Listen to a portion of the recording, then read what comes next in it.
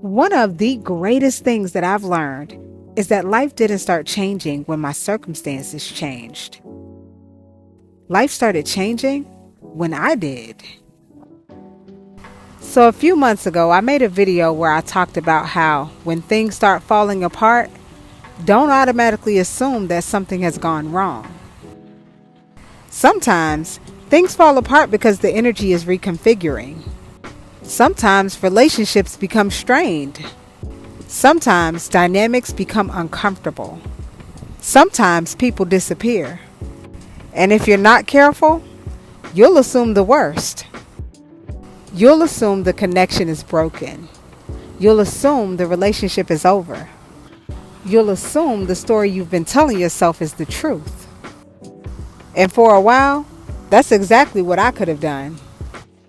There was a relationship in my life that had become strained. Months had gone by without communication. And if I wanted to, I had plenty of evidence to support my case.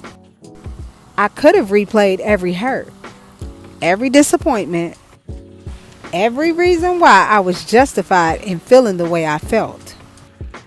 And honestly, by the facts alone, I probably would have seen myself as the victim in that story. But I realized something. If I kept rehearsing the same story, I was going to keep experiencing the same reality. So I decided to do something different. I stopped focusing on what happened, and I started focusing on who I wanted to be. I stopped revisiting the separation, and I started imagining the reconciliation. I stopped mentally arguing with the person, and I started imagining peace. And this is where Neville Goddard's teachings on revision became so powerful for me. Because revision isn't pretending that something didn't happen. It's choosing not to remain emotionally bound to the version of the story that's keeping you stuck. So I revised, not once, not twice, over and over again. I revised the conversation. I revised the meaning. I revised the relationship.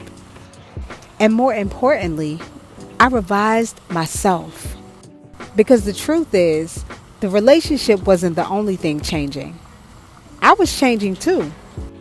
I was becoming less reactive, less defensive, less attached to being right, more willing to understand, more willing to see beyond my own perspective.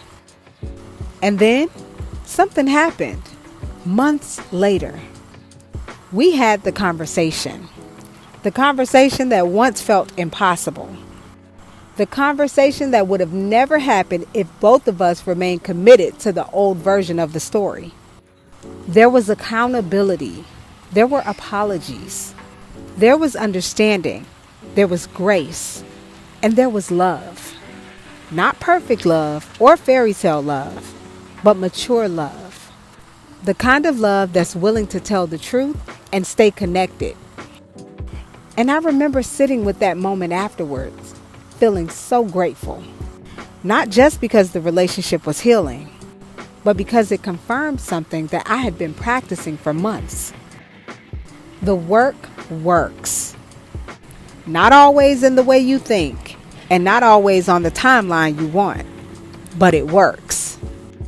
Because what changed first wasn't the relationship. What changed first was me.